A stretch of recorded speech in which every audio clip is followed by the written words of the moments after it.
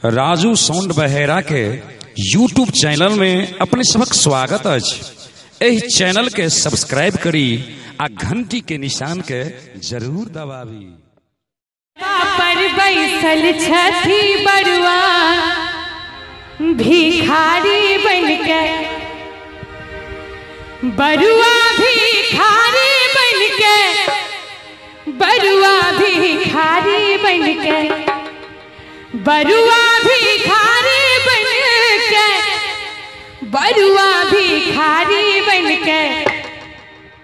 और एक बेर जहाँ बरुआ के लेल जो दोनों हाथ उठा कर सब गोटे ताली बजा कर मड़बा पर बैसल छथी बरुआ भिखारी बनके, मड़बा पर बैसल छथी बरुआ भिखारी बनके, बरुआ भिखारी बनके, बरुआ भिखारी बनके, बरुआ भिखारी बनके, बरुआ भिखारी बनके, मड़बा पर बैसल छथी बरुआ भिखारी बनके, मड़बा पर बैसल छथी बरुआ भिखारी बनके।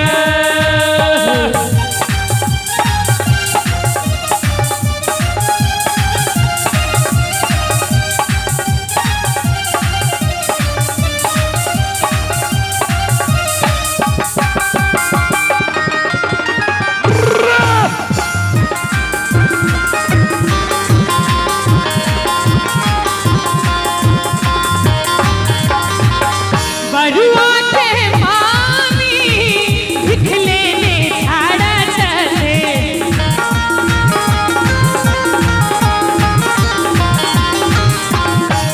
बरुआ के मामी भिख लेने ठाड़ा चली, बरुआ के मामी भिख लेने ठाड़ा चली।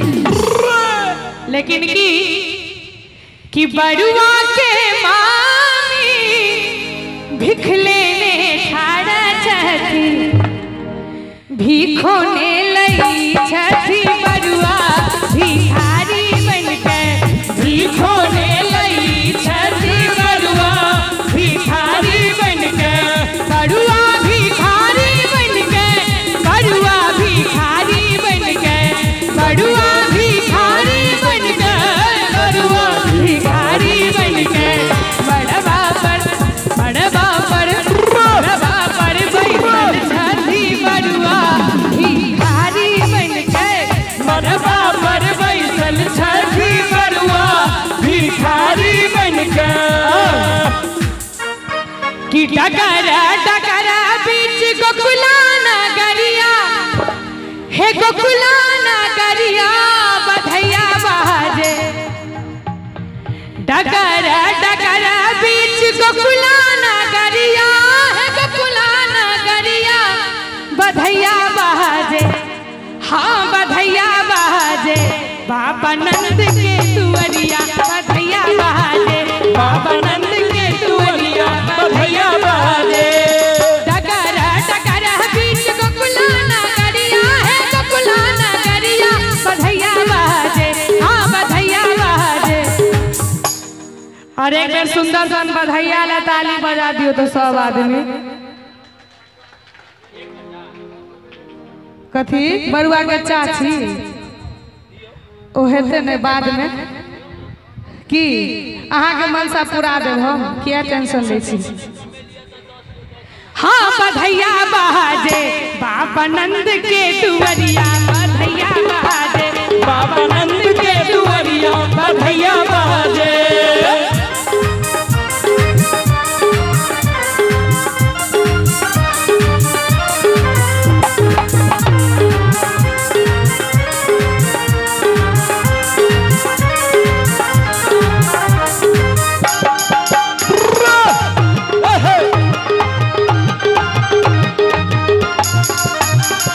राजा जी लुटा बधी अन धन सोनमा, हे अन धन सोनमा, हे अन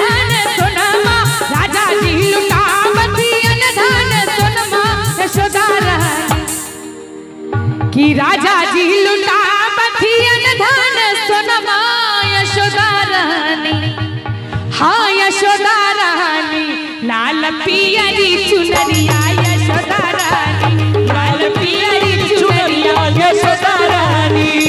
डगरा डगरा बीच गोकुला नगरिया, हे गोकुला नगरिया, हाँ गोकुला नगरिया। डगरा डगरा बीच गोकुला नगरिया, बधैया बाजे, हाँ बधैया बाजे। बाबा नंद के दुआरिया बधैया बाजे, बाबा नंद के दुआरिया बधैया बाजे, बाबा नंद के दुआरिया बधैया बाजे, बाबा नंद के दुआरिया बधैया बाजे, बाबा नंद